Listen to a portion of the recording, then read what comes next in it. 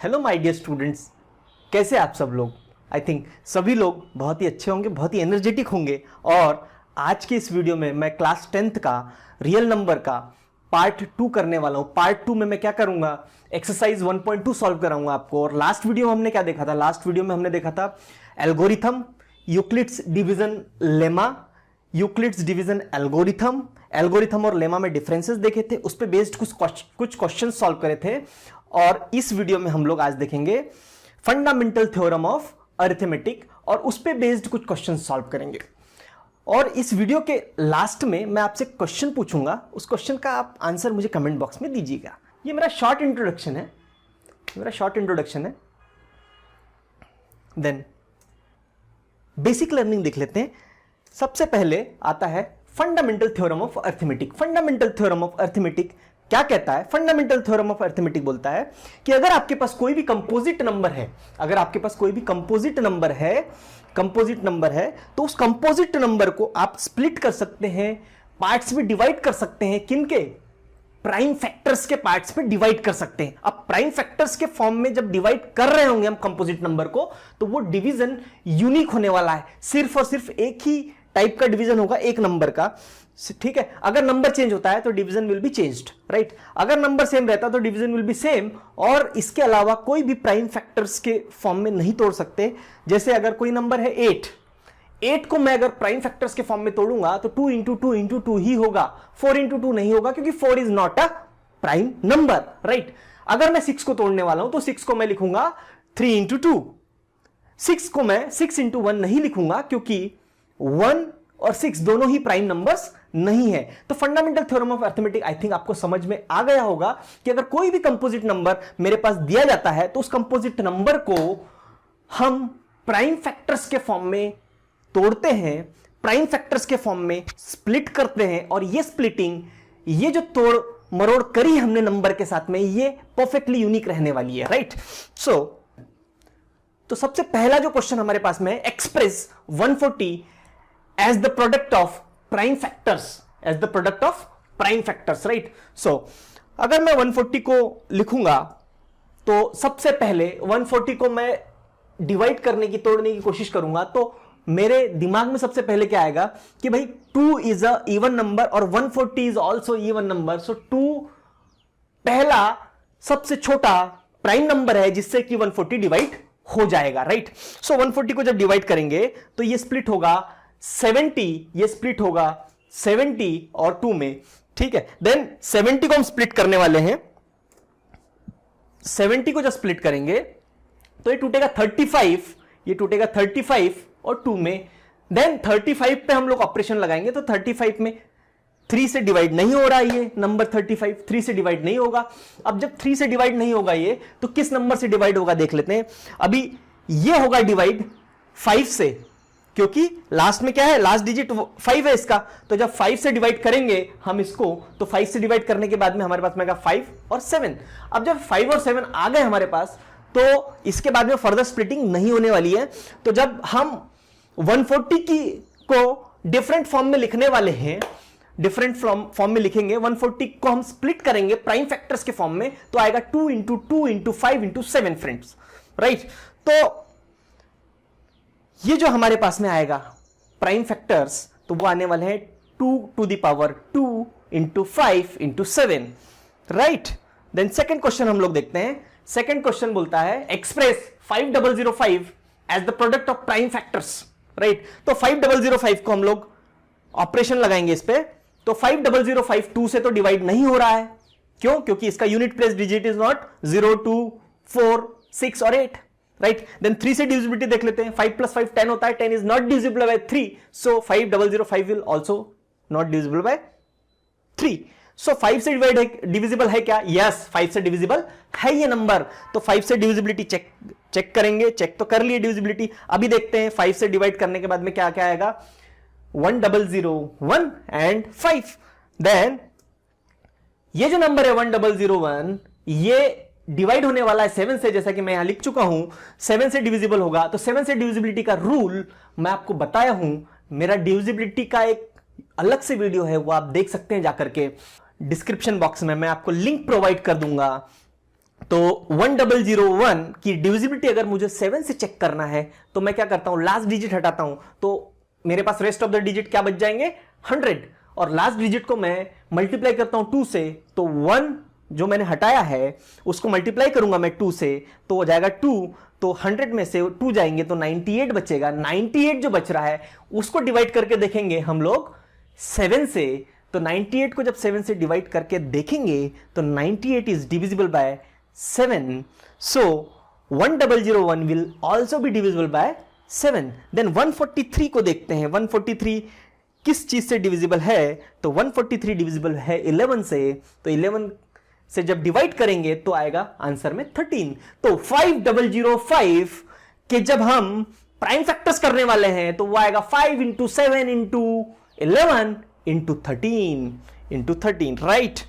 सो next question हम लोग देखेंगे। नेक्स्ट क्वेश्चन है find the LCM and HCF of the below pairs of the integers and verify that LCM into HCF is equal to the product of the numbers. और numbers क्या क्या दिए हैं, 510 और 92, ये दो नंबर्स दिए हैं मेरे पास में। अभी देखें इसको, हम लोग 510 को हम लोग प्राइम फैक्टर्स के फॉर्म में स्प्लिट करने की कोशिश करते हैं तो 2 से डिवाइड हो जाएगा 510, आंसर आएगा 2 और 255 2 जा 510 हो जाएगा। सो 255 को डिवाइड करने की कोशिश करेंगे। 255 3 से भी डिविजिबल है, 5 से भी डिविजिबल है, यहां पे मैंने 5 से पहले डिवाइड कर दिया, आप 3 से भी डिवाइड करके स्टार्ट कर सकते हैं। 5 से डिवाइड करने के बाद मेरे पास 51 बचा, 51 बचने के बाद में देन 3 से डिवाइड करूंगा मैं, 3 से डिवाइड करने के बाद 17 बचा। अब फर्दर इसका डिवीजन नहीं हो सकता, फर्दर इसके प्राइम फैक्टराइजेशन नहीं हो सकते, क्योंकि 3 और 17 both are the prime numbers right. So दूसरा नंबर जो मेरे पास 92 है उसको देखेंगे, उसको जब हम लोग देखेंगे तो 2 से डिविजिबल होता है, 2 से डिवाइड करने के बाद में 46 आंसर आता है। 46 is again divisible by 2, then अगर 2 से डिवाइड करूंगा तो 23 होगा। अब 23 के आने के बाद फर्दर डिवीजन पॉसिबल नहीं है, तो मैं क्या करने वाला हूं, फैक्टर्स लिख दूंगा। 510 के फैक्टर्स क्या क्या आने वाले, 2 इंटू 5 इंटू 3 इंटू 17, और 92 के जो फैक्टर्स आने वाले हैं वो है 2 इंटू 2 इंटू 23। अभी एचसीएफ पता करने की कोशिश करेंगे तो एचसीएफ क्या आएगा, सिर्फ और सिर्फ कॉमन क्या होने वाला है एचसीएफ, यहां पे देखते हैं। सबसे पहले एलसीएम निकालते हैं, एलसीएम क्या आने वाला है, एलसीएम आएगा इसका जो कॉमन है वो एक बार लिखेंगे हम लोग, और जो कॉमन नहीं है उसका देन फर्दर मल्टीप्लाई करते जाएंगे। तो कॉमन डिजिट मेरे पास आई थिंक 2 ही बच रहा है, तो 2 इंटू 5 इंटू 3 इंटू 17 इंटू 23 ये मैं कर दूंगा, देन ये हमारा एलसीएम आ गया। एलसीएम आने के बाद में एचसीएफ तो 2 ही आ रहा है क्योंकि 2 ही कॉमन है इन दोनों के बीच में, तो 2 विल बी द एचसीएफ। अब हम लोग देखते हैं कि एचसीएफ इंटू एलसीएम का मल्टीप्लीकेशन कितना होता है, तो वो हो रहा है 46,920। अभी हम लोग देखते हैं 510 और 92 का मल्टीप्लीकेशन कितना हो रहा है, तो ये भी हो रहा है माय डियर स्टूडेंट्स, ये भी हो रहा है 46,920। So this is proved that 46,920 is the product of LCM and HCF and also the product of two numbers, right? Then हम लोग नेक्स्ट क्वेश्चन देखते हैं। नेक्स्ट क्वेश्चन है find the LCM and HCF of the following integers by applying the prime factorisation method. और first जो question है वो है 12, 15 एंड 21 का हमको एलसीएम और एचसीएफ निकालना है। देन सेकंड मेरे पास जो क्वेश्चन है वो है 8, 9 और 25 का मेरे को एलसीएम और एचसीएफ निकालना है। तो सबसे पहले हम 12, 15 और 21 का एलसीएम और एचसीएफ निकालने की कोशिश करते हैं। देन 12 का जो मैं प्राइम फैक्टराइजेशन का ट्री बना रहा हूं वो 12 डिविजिबल होगा 2 से, तो 6 आएगा, 6 will also be divisible by 2, then 2 and 3 will be the answers. So ये 12 का प्राइम फैक्टराइजेशन मैंने कर लिया है। देन अभी 15 को स्प्लिट करने की कोशिश करते हैं, तो 15 जो स्प्लिट होगा that will be 3 into 5 right. Then हम लोग 21 को स्प्लिट करने की कोशिश करते हैं, तो 21 को जब स्प्लिट करूंगा तो 3 इंटू 7 आने वाला है। एलसीएम भी पता करेंगे, यहां पे इसके फैक्टर्स लिख दिए, HCF of 12, 15 and 21 is 3। HCF of 12, 15 and 23 यहां पे देखते हैं, यहां पे जब हम इसको प्राइम फैक्टर्स करने वाले हैं तो यहां पे हर इसमें 3 आ रहा है, तो 3 will be the HCF। And जब हम एलसीएम पता करते हैं तो एलसीएम हमारे पास में आ रहा है 420 मेरे पास HCF आ रहा है। देन देखते हैं नेक्स्ट क्वेश्चन जो हमारे पास में ऑलरेडी है, ये है 8, 9 और 25 का मुझे निकालना है एलसीएम और HCF by finding out the prime factors. Then prime factors जब मैं पता करता हूं तो 8 के प्राइम फैक्टर्स क्या होते हैं, 2 इंटू 2 इंटू 2, राइट। देन मैं पता करता हूं 9 के प्राइम फैक्टर्स, तो 9 के प्राइम फैक्टर्स होते हैं 3 इंटू 3, और 25 के जब प्राइम फैक्टर्स पता करेंगे तो 25 के प्राइम फैक्टर्स होने वाले हैं 5 इंटू 5। देन यहां पे देखेंगे जब हम, तो यहां पे कुछ भी मेरे पास कॉमन नहीं है, मतलब HCF होगा मेरा 1। देन अगर मैं HCF पता करूंगा तो HCF विल बी 1, एंड अगर मैं LCM पता करूं तो LCM will be the product of all the prime factors, since none of the number or none of the prime factors is common here, so I will multiply all the common factors or all the factors, all the prime factors to get the LCM, right? Next question देखते हैं हम लोग। तो next question क्या है हमारे पास, given that the HCF of 306 and 657 is equal to 9, then find out the LCM of both the numbers। देखिए भाई यहां पे मैं क्या करने वाला हूं, यहां मैं LCM into HCF is equal to product of 2 numbers वाला फॉर्मूला लगाऊंगा। मैं कन्वेंशनल मेथड से नहीं जाऊंगा, मैं क्या करूंगा, प्रॉपर्टी चेक करूंगा, प्रॉपर्टी या ये कह लो कि फॉर्मूला चेक करूंगा। फॉर्मूला क्या होता है, LCM और HCF का प्रोडक्ट जो होता है दोनों नंबर्स के प्रोडक्ट के बराबर होता है। तो हम लोग इस प्रॉपर्टी का, इस फॉर्मूले का यूज करके हम लोग LCM पता करने वाले हैं। हम लोग ट्रेडिशनल वे से बिल्कुल नहीं जाने वाले हैं, ठीक है। देन हमको पता है LCM into HCF will be equal to product of 2 numbers. So यहां पे हम लोग देखेंगे LCM into 9 will be equal to 306 into 657। So the LCM will be 306 into 657 divide by 9। So 306 को मैं डिवाइड करने वाला हूं 9 से, तो मेरे पास आएगा 34, और 34 का मल्टीप्लाई मैं करूंगा, 34 का मैं मल्टीप्लाई करूंगा 657 में, तो आंसर आएगा 22,338, right. So this is my answer, final answer. सो LCM of 306 and 657 is equal to 22,338, right. Then हम लोग नेक्स्ट क्वेश्चन देखते हैं। नेक्स्ट क्वेश्चन है हमारे पास में, check whether 6 to the power n can end with digit 0 for any natural number n। देखते हैं, तो हम लोग अज्यूम करते हैं, अज्यूम कर लेते हैं। पहले इस तरह के क्वेश्चन में क्या करेंगे, हम लोग अज्यूम कर लेंगे। अज्यूम क्या करेंगे कि हाँ भाई 6 की पावर n जो है वो एंड अप होता है 0 डिजिट से। अब 0 डिजिट से अगर एंड अप होता है, या उसकी यूनिट प्लेस डिजिट अगर 0 होती है, तो 5 से परफेक्टली डिविजिबल होना चाहिए। और 5 से क्यों ले रहा हूं मैं डिवीजन, क्योंकि 5 इज अ प्राइम नंबर। 5 को फर्दर हम लोग स्प्लिट नहीं कर सकते, 5 को फर्दर स्प्लिट नहीं कर सकते। 10 भी ले सकता हूं मैं कि भैया 0 होगा तो 10 से भी डिविजिबल होना चाहिए, होना चाहिए ना। पहले 5 से तो चेक कर लूं, 5 से होगा और 0 है तो अपने आप 10 से तो होगा यार, है ना। तो पहले मैं क्या करता हूं, 5 से डिविजिबिलिटी चेक करता हूं। 5 से डिविजिबिलिटी के लिए 6 to the power n में क्या होना चाहिए, प्राइम फैक्टर्स के फॉर्म में 5 भी होना चाहिए। अभी देखेंगे हम लोग कि प्राइम फैक्टर्स के फॉर्म में 5 होगा क्या 6 to the power n में। तो देखिए चेक करते हैं। देखिए 6 to the power n will be divisible bye 5, जैसा कि मैंने आपको बताया, यहां लिखा हुआ है। Then also 6 to the power n is having the prime factors 2 into 3। 6 के जो नंबर 6 है मेरे पास, 6 के प्राइम फैक्टर्स क्या होंगे, 2 and 3। अभी पावर कितनी भी चढ़ा दो ना यार, दुनिया में कितनी जितनी पावर है उतनी चढ़ा दो आप, पर क्या होगा 6 to the power 6 की जो प्राइम फैक्टर्स होंगे 2 और 3 होंगे, और लास्ट में 2 और 3 के फॉर्म में ही आने वाला है ये। तो नेक्स्ट देखते हैं हम लोग, 6 to the power n will having the prime factors 2 into 3 to the power n। अभी 2 की पावर n कुछ भी चढ़ा दो ना, अगर आप पावर 10 चढ़ाते हो तो 2 की पावर भी 10 हो जाएगा और 3 की पावर भी 10 हो जाएगा, है ना। तो यहां पे कुछ भी रॉकेट साइंस नहीं है, यहां पे अपन मान लेंगे जो क्वेश्चन में दिया है उसका उल्टा हम लोग मान लेंगे, या जो क्वेश्चन में दिया वही हमने मान लिया, और उसको हम लोग खुद को ही गलत सिद्ध कर देंगे। कभी कभी क्या होता है, खुद को गलत सिद्ध करना ही अचीवमेंट होता है। अगर मैंने अपने आप को गलत सिद्ध कर दिया तो that will be my achievement. देखेंगे ना इस क्वेश्चन में, है ना अचीवमेंट अपना। देखिए 6 to the power n अगर स्प्लिट होता है 2 into 3 to the power n में, तो क्या होता है, we can see from here that the prime factorisation of 6 to the power n has no prime factors as 5। 5 जैसा कुछ भी नहीं है 6 to the power n के प्राइम फैक्टर्स में। जब 5 जैसा कुछ भी नहीं दिख रहा है तो 6 to the power n will not be divisible by 5, right? Will not be divisible by 5। तो जब 6 to the power n 5 से डिविजिबल नहीं होगा, मतलब उसका लास्ट डिजिट क्या होगा, 0 नहीं होने वाला है। क्योंकि देखो 5 से डिविजिबिलिटी का तो सिंपल फंडा यही है कि लास्ट डिजिट या यूनिट प्लेस डिजिट या तो 5 होगा या तो 0 होगा।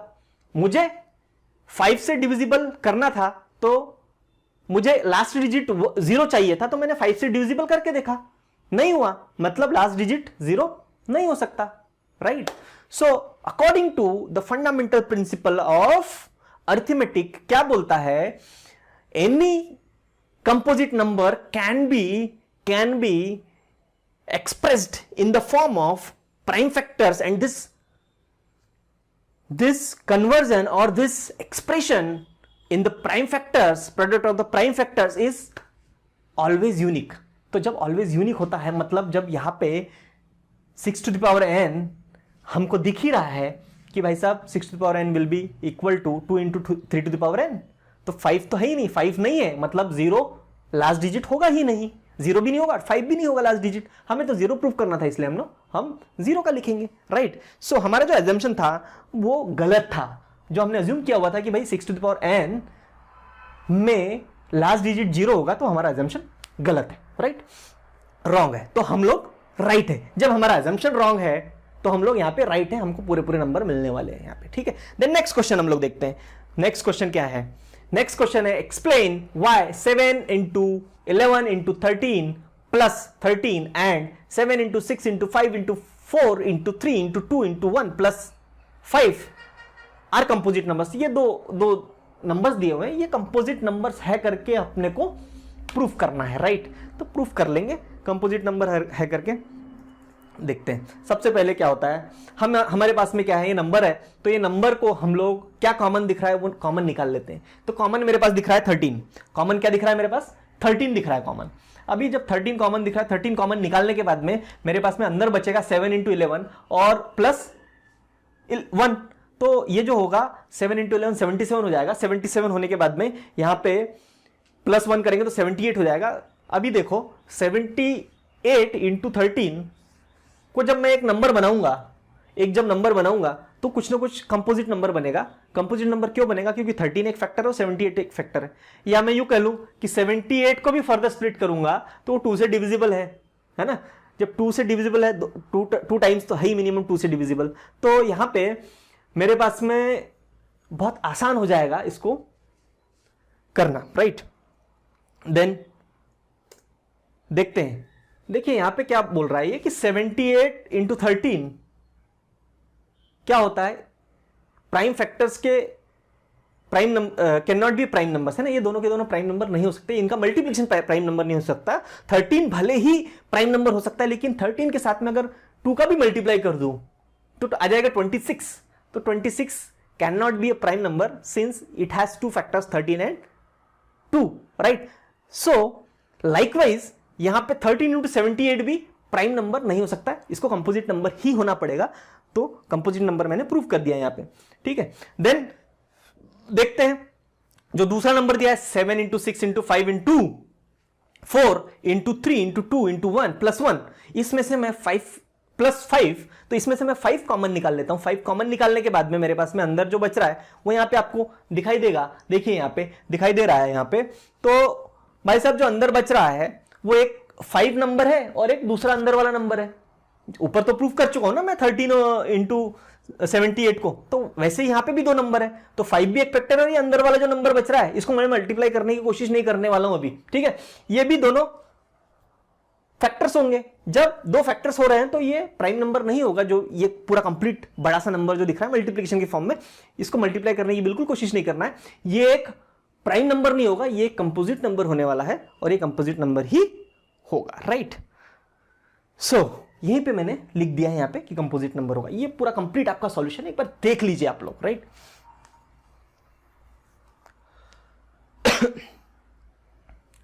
देन देखते हैं नेक्स्ट क्वेश्चन क्या आता है।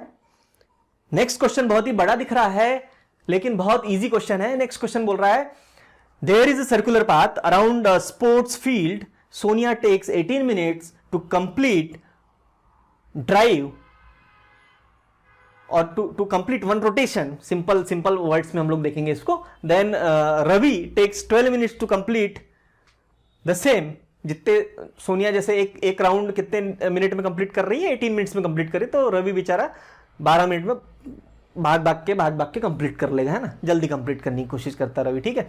अगर वो सेम पॉइंट से चले थे बोल रहा है और सेम टाइम पे चले थे तो और सेम डायरेक्शन में भी चले थे, सब कुछ दे रखा है यहां पे, तो वो दूसरी बार उस पॉइंट पे कब मिलेंगे, स्टार्टिंग पॉइंट पे कब मिलेंगे, राइट। तो ये उसने बोला है कि स्टार्टिंग पॉइंट पे दूसरी बार कब मिलेंगे। तो स्टार्टिंग पॉइंट पे दूसरी बार कब मिलेंगे, इसके लिए फंडामेंटल क्या है कि आपको एलसीएम निकालना है। एलसीएम क्यों निकालना है, क्योंकि कॉमन क्या आ रहा है और रेस्ट क्या बच रहे हैं, उनका जो मल्टीप्लिकेशन होगा उस टाइम ड्यूरेशन पे ही वो दूसरी बार उस पर्टिकुलर उस पे मिलेगा, पर्टिकुलर पॉइंट पे मिलेगा। वो पर्टिकुलर पॉइंट है starting point, since they have started from the same starting point. तो अभी देखते हैं इसको हमको कैसे करना है। इसको करना है हमको फंडामेंटल थ्योरम ऑफ अर्थमेटिक्स से सॉल्व करेंगे और इसको हम लोग स्प्लिट करेंगे। देखिए क्या लिखा है यहाँ पे, सोनिया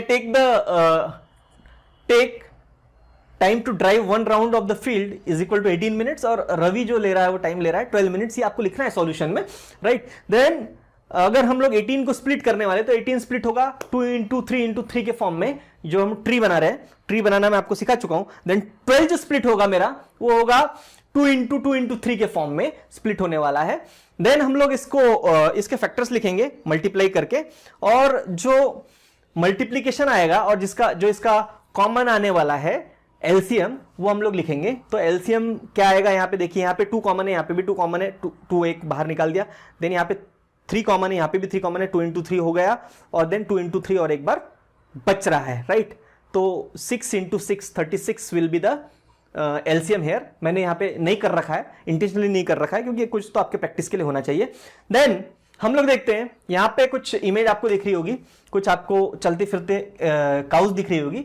तो मुझे क्या है, एक क्वेश्चन पूछा गया था एक बहुत ही एनर्जेटिक एज्ड व्यक्ति के द्वारा एक क्वेश्चन पूछा गया था, और वो क्वेश्चन क्या था कि अगर मेरे पास तबेले में कुछ काउस है, तबेले बोल लीजिए आप हिंदी में, या रूम बोल लीजिए इंग्लिश में, रूम में कुछ नंबर ऑफ काउस बंधी हुई है, और वो काउस क्या करती है, 3 गेट्स से इक्वली डिस्ट्रीब्यूट होकर बाहर निकलने की कोशिश करती है, बाहर निकलती है, 3 गेट्स से इक्वली डिस्ट्रीब्यूट होकर बाहर निकलती है। बार बार मैं इसलिए इसको कह रहा हूं कि आप एक बार में क्वेश्चन ध्यान में रखें, क्वेश्चन में लिखा हुआ नहीं हूं, ठीक है। अगर मेरे पास में किसी रूम में या किसी तबेले में कुछ काउज रखी हुई है और वो कुछ काऊ बाहर निकलती है, कुछ गायें जो है वो बाहर निकलती है 3 गेट से इक्वली डिस्ट्रीब्यूट होकर, लेकिन ऑड नंबर्स में, राइट। देन वो काउज जब बाहर निकलेगी तो 5 टैंक्स रखे हुए हैं पानी के, उन 5 टैंक में बहुत ही डिसिप्लिन्ड वे में इक्वली डिस्ट्रीब्यूट हो जाती है और ऑड नंबर में डिस्ट्रीब्यूट हो जाती है और पानी पी के आ जाती है। देन वो कुछ खेलती है, जैसे यहाँ पे खेल रही है। देन वो रेस्ट करने के लिए 7 पेड़ों के नीचे, 7 ट्रीज के नीचे जाएगी, और 7 ट्रीज के नीचे वो जब रेस्ट करने जाएगी तो डिसिप्लिन्ड वे में इक्वली डिस्ट्रीब्यूट हो जाएगी, लेकिन ऑड नंबर्स में, राइट। सो मेरे पास टोटल तबेले में कितनी गायें थी, ये क्वेश्चन मुझसे पूछा गया था और मैंने इसका आंसर कुछ दिया था। आप लोग भी आंसर दे सकते हैं, आप इसका आंसर मुझे कमेंट बॉक्स में दीजिए, राइट स्टूडेंट्स। तो आप इस क्वेश्चन को सॉल्व कीजिए, क्योंकि ये आज का क्वेश्चन आज की लर्निंग पे बेस्ड है। क्लियर। सो अगर आपको आज का वीडियो पसंद आया हो तो मेरे वीडियो को प्लीज लाइक करिए, मेरे वीडियो को प्लीज सब्सक्राइब करिए, please like my video, subscribe my video, and बने रहिए मेरे साथ अंत तक, हमेशा, हर वीडियो में। Thank you, bye bye.